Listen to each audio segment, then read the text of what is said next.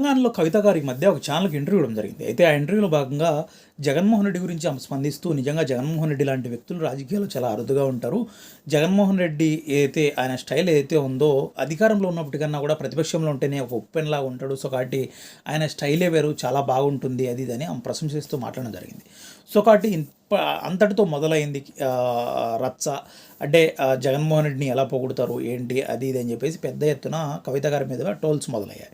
So కాబట్టి ఏది ఏమైనా ఇక్కడ మాట్లాడుకోవాల్సింది ఏంటంటే, కవిత గారు కావచ్చు, ఇంకోరు కావచ్చు, ఎవరినైనా ఒక వ్యక్తి వాళ్ళకంటూ ఒక సొంత అభిప్రాయాలు ఉంటాయి, సొంత ఆలోచనలు ఉంటాయి, ప్రతి ఒక్కటి ప్రజలతో పంచుకుంటుంటారు, అది సహజంగా జరుగుతుంటుంది. కానీ దాన్ని విమర్శించాల్సిన అవసరం లేదు.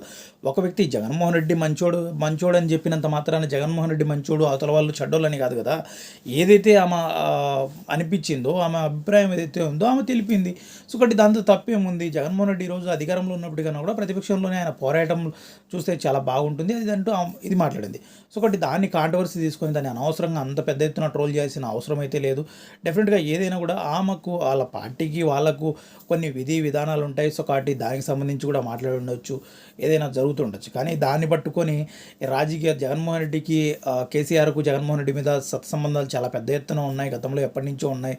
కానీ సో కాబట్టి దాన్ని ఆ ప్రేమే ఇలా చూపించింది అది ఇది అని చెప్పేసి పెద్ద ఎత్తున ట్రోల్ చేస్తున్న తీరు ఏదైతే ఉందో అది సరైనది కాదన్నట్టుగా కనిపిస్తుంది.